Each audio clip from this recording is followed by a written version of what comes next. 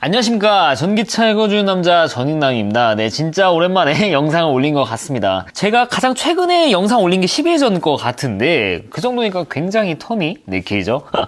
제가 뭐 이것저것 바쁘기는 한데 어차피 뭐 변명이고 네, 이런 거 생각해보면 정말 유튜버 분들이 정말 대단한 것 같아요. 그게 전업이든지 아니면 저처럼 이렇게 취미생활로 하시는 분들이든지 계속 이렇게 꾸준히 유튜브 하시는 분들을 보면 진짜 대단하다는 생각이 듭니다. 제가 최근에 영상이 너무 좀 길어지는 게 있어가지고 오늘은 짧게 그렇게 말씀을 드릴까 해요. 주제도 하나만 정해가지고. 네, 오늘 주제는 테슬라 업데이트 소식입니다. 자동차 업데이트 되는 것만으로 이렇게 한 달에 한 번씩 컨텐츠를 뽑아내. 참 신기하지 않습니까? 그 정도로 OTA가 정말 이 자동차, 이 전기차계에서 굉장히 혁신이라는 거, 이거는 정말 그 누구도 부인하지 못하실 것 같아요. 이 기술 자체가 어려운 기술은 아니지만 사실 이게 실천이 어려운 그런 기술이라고 볼 수가 있죠. 여기 얽히저기 설켜있는 서플라이 체인이라든지 공급받는데 이런 거를 전부 다 통합 제어할 수 있는 그런 걸 맞추는 게 쉽지가 않기 때문에 다른 회사에서 지금 OTA를 한다고 하는 회사들도 테슬라급의 그런 OTA를 못 해주고 있는 겁니다. 기술적으로는 절대 문제가 되진 않는 건데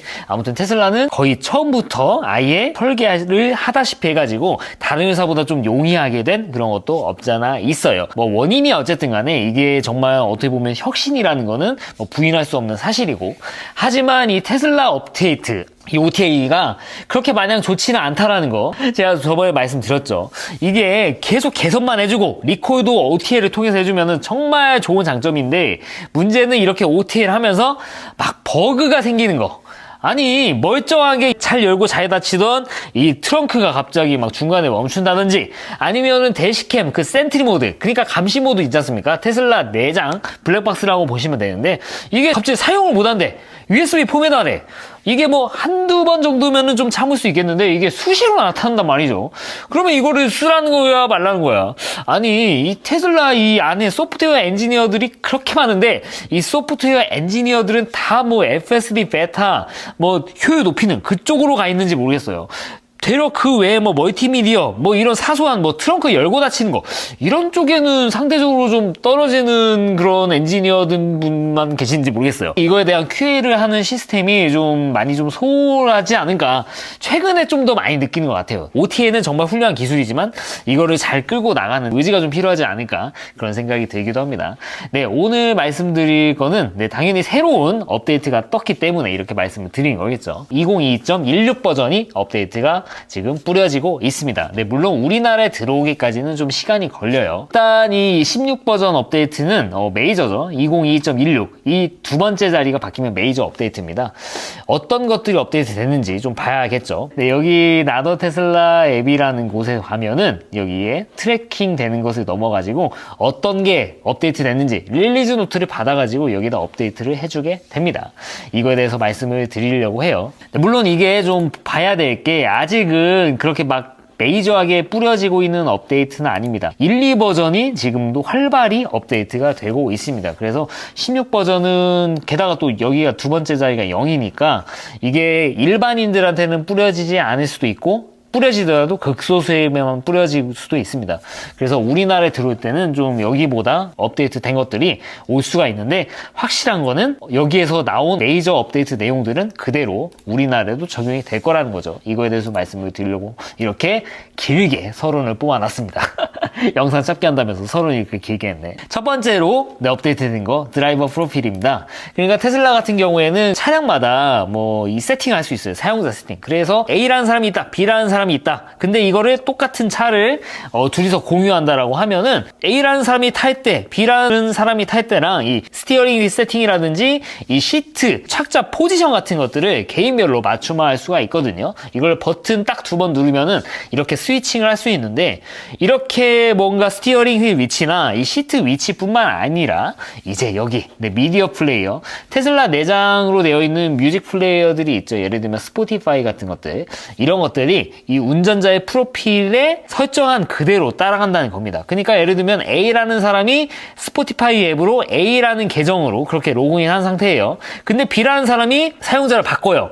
스티어링 휠하고 이 시트 포지션은 B라는 사람이 맡게 되지만 스포티파이 앱을 키면은 여전히 A라는 사람이 로그인한 그 계정으로 업데이트가 되는 거죠. 근데 이제 B라는 사람 것도 여기다 로그인하면은 이제 이것이 프로필을 바꾸는 것만으로도 스포티파이가 로그인이 이렇게 바뀐다는 거죠. 스포티파이 로그인 할 때에 사용자에 맞게 이거는 여러 명이서 동일한 테슬라 차량을 타는 경우에 좀 좋은 그런 거라고 좀 보실 수도 있을 것 같아요. 그래서 대부분의 일반인 분들에게는 그렇게 막 와닿지 않는 업데이트겠지만 뭐 부부가 이렇게 동시에 운용하는 경우라고 하면은 좀 어떻게 보면 쓸만한 그런 업데이트라고 볼 수도 있겠죠. 없던 게 생긴 거니까 메이저라고 볼 수 있지만 그렇다고 막 엄청난 막 차량의 거동을 움직인다거나 사용자 경험을 이렇게 극도로 막 이렇게 좋게 하는 그런 업데이트는 아니지만 그래도 이렇게 소소한 업데이트 네, 칭찬해 줄 만하죠. 네, 그리고 두 번째 업데이트 이거는 좀 큰 업데이트라고 생각을 합니다. 제가 침이 마르도록 극찬하는 이런 원페달 시스템 이 회생제동 시스템에 가장 큰 단점이 있습니다. 뭐냐? 바로 이게 온도와 이 충전량에 따라서 이 회생제동 강도가 달라진다는 거예요. 좀 이상하죠? 그러니까 원페달 드라이빙을 하게 되면은 악셀을 이 정도 떼면은 저 정도에서 멈추겠구나 하는 그런 감 같은 게 있지 않겠습니까? 생각을 해보면은 저도 컬링하듯이 그렇게 멈추거든요. 그러니까 멀리서부터 악셀을 떼가지고 회생제동만으로 딱 정지선 앞에 멈추면 뭔가 좀 기분 좋아지는 그런 게 있어요. 제가 변태인지 모르겠는데 근데 테슬라 오너분들 공감하실걸요? 근데 이게 충전을 많이 했어. 예를 들어 제가 장거리를 가려고 100%까지 완충했죠. 그러면 회생제동이 막 안 먹혀요. 그때부터는. 왜냐면은 100% 완충인 상태에서 회생제동으로 추가적으로 배터리에 충전하게 되면은 배터리가 안 되지 않습니까? 이미 100%인데 여기에 충전 안 되죠. 그래서 회생제동이 막히게 되거든요. 그래서 테슬라 차량 같은 경우 95% 배터리 충전량을 가지고 있을 때는 회생제동이 거의 좀 많이 평소에 뭐 80% 90%일 때 운용할 때랑은 이게 악셀을 뗐을 때 반응이 다르다는 겁니다. 예를 들어 90% 충전 상태에서 악셀을 떼면은 그냥 정확하게 내가 예상하는 만큼 가서 정지를 하는데 반해 100%일 때 악셀을 떼면은 그냥 내연차처럼 그냥 타락주행 해버린다니까요. 그래서 이 경험이 차이가 난다는 건 좀 문제가 있죠. 이게 배터리 충전량 뿐만 아니라 겨울에 특히 또 비슷하게 발생을 하게 됩니다. 회생제동이 제한이 걸려요. 그래서 악셀을 뗐을 때 여름보다 더 멀리 가가지고 멈추게 됩니다. 뭔가 차를 운행하는데 예측하는 그런 감이라는 게 있을 건데 이게 충전하는 거에 따라서 날씨가 추워지는 거에 따라서 이게 바뀌게 되는 거 분명히 이게 문제가 있는 거죠. 내리막 구간에 또 회생제동이 풀리는 구간이 있죠. 이거는 적응 안 되시는 분들이 있으면 놀라가지고 악셀하고 브레이크를 헷갈려가지고 악셀 밟으면 진짜 큰 사고 나는 겁니다. 아무튼 이거는 진짜 개선이 돼야 되는 내용이죠. 어떻게 개선이 돼야 된다? 악셀을 뗐을 때 동일한 항상 날씨가 춥던 아니면은 배터리가 많이 차있던 상관없이 동일한 만큼 감속이 돼야 되는 거. 이거는 정말 필요한 건데 이게 업데이트가 된다고 합니다. 그러니까 어떤 식으로 업데이트가 되냐면은 회생제동을 억지로 만드는 게 아니라 물리적인 브레이크가 개입을 한다는 거죠. 겨울이든 배터리가 만충 상태건 내리막길이건 상관없이 악셀을 떼면은 동일한 감소하는 그 경험을 얻으실 수가 있다. 어떻게? 물리적인 브레이크가 작동하게 되면서 테슬라 타시는 분들은 아시겠지만 뭐 오토파일럿 같은 켜놓고 하면은 얘가 회생제동으로 멈추다가도 물리적인 브레이크도 쓰거든요. 물리적인 브레이크, 네, 실제 물리 브레이크가 들어갑니다. 안 밟았는데 눈으로 보면은 쑥 하고 들어가요. 이게 물리적으로 자동으로 이렇게 눌러주거든요. 기계가. 이거를 이제 회생제동과 같은 경험할 수 있도록 계속 이렇게 좀 보조를 해준다는 거. 이거는 정말 칭찬할 만한 업데이트가 아닌가. 그런 생각이 듭니다. 이건 진작 있었어야지, 이거는. 아주 좋은 업데이트이긴 한데, 문제가 뭐냐? 네, only for specific hardware라고 써있죠. 그러니까 특수한 이 하드웨어 장비가 있어야만 가능한 업데이트라고 합니다. 이거 보면은 약간 좀 불안하죠. 특히 저같이 2020 모델 3 타는 분들.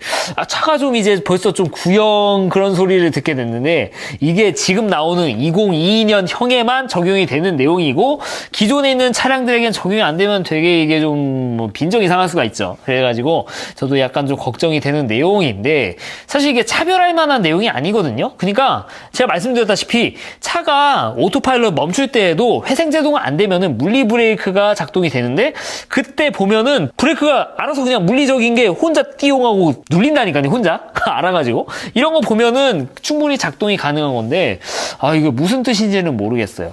근데 다만 제가 이거에 대해서 말씀을 드린 게 있죠. 2022.16.0.2 버전 이게 그렇게 막 지금 메이저하게 그렇게 뿌려지고 있는 단계는 아니다.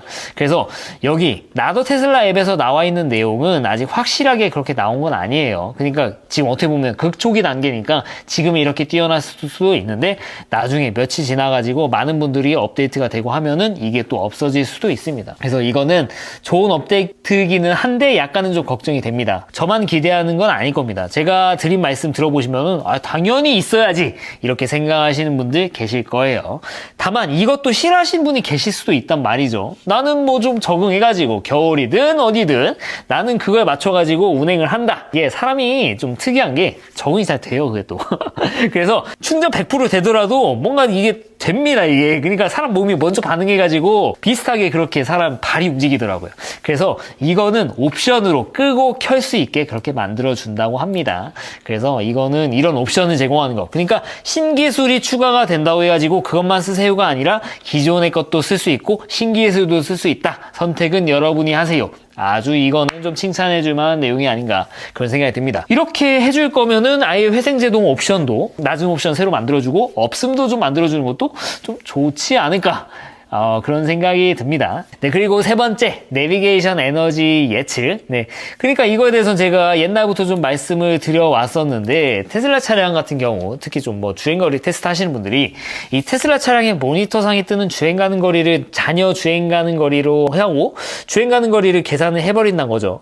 네, 말씀드리지만 테슬라를 쉴드 친 게 아니라, 제가 들려드린 말씀을 따르면은 테슬라 차량들은 더 불리해질 수가 있습니다. 그러니까 거기 모니터상에 뜨는 주행 가는 거리는 전비가 픽스된 결과라고 볼 수도 있죠. 야, 그러면은 픽스되어 있으면은 그 정해진 픽스된 전비로 주행해야 그만큼 갈 수 있다는 거니까 주행 가는 거리 예측하는 게 어렵지 않냐. 그래서 제가 옛날에 영상으로 만들었죠. 테슬라 주행 가는 거리 제대로 보기 위해서는 에너지 메뉴를 봐라. 매뉴얼에서도 에너지 탭 보라고 하는데 왜 이걸 안 보고 자꾸 보지 말라는 거 자꾸 막 봐가지고 이상하게 결론을 내시는지 저는 잘 모르겠다 라고 저번에 말씀을 드렸는데 그러니까 이 예측이죠. 테슬라 같은 경우 내비게이션에 목적지를 찍으면은 네가 지금 평균 주행 전비를 기준으로 좀 봤을 때 목적지에 도착했을 때 주행 가는 거리 남은 퍼센테이지가 이 정도입니다라고 비교적 정확하게 예측을 해줍니다. 근데 물론 이것도 바뀌어요. 당연하죠. 제가 고속도로에서 막 밟고 이러면은 당연히 예측된 것보다 떨어질 거고 그거보다 좀 할배 운전을 하면은 그거보다 좀 더 많은 배터리 잔량을 가진 상태로 도착할 수도 있고요. 최소한 이것은 그 모니터상에 뜨는 주행 가는 거리보다 이 에너지 탭에 뜨는 게 훨씬 더 정확하다는 거. 매뉴얼에 나와 있는 내용이고 테슬라가 권장한 내용이니까 따라야죠, 이거는. 이거에 대해서 토달면 안 됩니다. 제조사가 이렇게 권장하는 거니까. 근데 이 예측하는 게 좀 더 정확해질 예정입니다. 기존 같은 경우에는 그거는 봤거든요. 그 고저차 같은 거는 봤어요. 고저차 같은 게 적용이 되니까 어떤 구간에서는 팍 떨어지고 어떤 구간에서는 서서히 떨어지고 어떤 구간은 뭐 약간 충전이 되는 구간 그렇게 좀 보여줄 정도로 고저차까지는 봤는데 여기에다 추가로 어떤 것까지 보냐? 풍속, 풍향, 그리고 공기 중 습도, 온도 이런 것까지도 같이 봐가지고 총체적으로 네가 도착했을 때 몇 프로 남았는지 좀 더 정확하게 보여주겠다라고 이렇게 업데이트를 해준다는 거죠. 이런 거 보면은 테슬라가 정말 뻥전비를 그렇게 좀 보여주는 거라고 좀 생각하세요. 뻥전비가 아니라 어떻게든지 네가 도착지에 갔을 때 정확하게 몇 퍼센트 남았는지 보여주기 위해서 우리는 이런 업데이트를 한다라고 이렇게 말을 해주고 있지 않습니까? 그래서 이런 거 그 어느 제조사보다 정확하게 이렇게 예측을 해주고자 하는 이 테슬라의 좀 마인드 이런 거는 좀 좋은 거고 좀 칭찬해줘야 되는 내용이 아닌가 그런 생각이 듭니다. 테슬라 마이크 내용은 중국 내용이니까 패스하고 그리고 파워 트렁크 문제 이 트렁크 제가 아까 말씀드렸죠. OTA가 마냥 좋은 거는 아니다. 그러니까 기술은 좋은데 이거를 운용하는 테슬라가 좀 문제가 있다. 제대로 테스트를 안 한다고 말씀드렸죠. 저번 업데이트 2022.12 버전 업데이트 단점이 뭐가 있냐면은 파워 트렁크를 기본으로 장착한 차량들 모델 3 리프레시랑 모델 Y 같은 것들 이런 차들 보면은 트렁크를 열면은 갑자기 중간에서 멈춘다는 겁니다. 업데이트 했더니 멀쩡하게 잘 작동하던 파워 트렁크가 문제가 생긴다는 거죠. 참 이런 거 보면은 참 문제가 진짜 이건 문제지 이건 제가 실드칠 마음이 추호도 없는데 이게 왜 발생했냐고 보니까 여기 테슬라가 업데이트를 하면서 좀 더 민감하게 세팅을 바꿨다고 합니다. 그러니까 트렁크가 올라가다가 아니면 내려가다가 살짝 뭔가 이런 장애물을 만나게 돼. 뭔가 뭐 부딪혔어요. 그러면은 이 내려가던 트렁크가 멈춰야 되잖아요. 그쵸? 근데 이 민감도를 좀 더 높게 했다고 합니다. 야, 민감도 높게 한 거랑 중간에 멈춘 거랑 무슨 상관이냐? 이렇게 하실 수도 있는데 이게 어떤 것까지 생각을 해야 되냐? 그러니까 트렁크가 지금 버튼 눌러가지고 전동으로 내려가고 있다고 생각을 해보세요. 근데 테슬라 차량들 전동 트렁크 순정으로 장착된 차량들은 전동 쇼바가 하나인 거 아세요? 저 모델 Y 2개인 줄 알았는데 모델 Y도 하나더라고요. 모델 3도 하나입니다. 반대쪽은 그냥 수동이에요. 그냥 패시브한 건데 만약에 이 패시브한 이 쇼바 부분이 너무 많이 쓰고 하다 보면은 뭔가 좀 저항이 생길 수도 있잖아요. 그러니까 전동 트렁크가 이게 닫으려고 하는데 반대쪽은 뭔가 이렇게 그리스가 부족해가지고 뭔가 저항이 생겨요. 그러면은 전동 트렁크는 내려가다가 뭔가 좀 저항감이 있네? 업데이트 되고 나서 이게 민감해진 거니까 얘는 그냥 멈춘다는 겁니다. 그러니까 허공에서 그냥 멈추는 거예요. 이 쇼바가 문제가 있을 수도 있으니까. 아니면은 쇼바가 닫히고 있는데 갑자기 뭐 바람이 휘웅 불어요. 그러면은 얘가 민감해졌으니까 뭔가 부딪힌 것 같다. 멈춰야겠다 하고 멈추는 겁니다. 네, 지금 파워 트렁크 멈춤 증상이 이래서 생기는 거라고 합니다. 근데 이 민감도를 다시 좀 원복을 했다는 그런 소식을 볼 수가 있습니다. 네, 그래서 지금 트렁크 가지고 문제 생긴 분들, 네, 이거 업데이트 되면은 해소될 예정이니까 조금만 더 참으시길. 참 이런 거 보면 진짜 좀 제대로 좀 퀴즈 좀 하고 이렇게 업데이트 좀 뿌렸으면 좋겠어요. 네, 오늘은 뭔가 이 테슬라식 OT에 대해서 뭔가 되게 좋게 말씀을 드리다가도 트렁크라든지 이 USB 문제 이런 거에 대해서 단점에 대해서도 좀 균형 있게 좀 말씀을 드린 것 같아요. 네, 항상 말씀드리지만 그렇다고 OTA가 없어져야 된다 이건 아니에요. 기술 자체는 훌륭한데 다만 좀 아쉬운 거죠. 이렇게 업데이트 빨리 해주고 하는 거는 다른 경쟁사 대비 좋은 일이긴 하지만 좀 더 좀 이런 버그 같은 거를 사전에 아예 안 만들고 이렇게 뿌려줄 수는 없었을까? 테슬라에 그런 인력이 없는 것도 아닐 텐데 라는 그런 아쉬움이 있어가지고 좀 오늘은 그런 쪽으로도 많이 좀 말씀을 드린 것 같습니다. 일단은 가장 제가 기대하고 있는 업데이트는 아마 이 회생제동 옵션 이거 같은데 이게 과연 특정한 하드웨어를 장착한 차량에만 업데이트가 될지 아니면은 모든 테슬라 차량들에게 업데이트가 될지 한번 지켜보도록 하겠습니다. 네, 이상 전기차 읽어주는 남자 정익남이었습니다. 앞으로도 유익한 주제를 가지고 여러분들을 찾아뵙도록 하겠습니다. 시청해주셔서 대단히 감사합니다.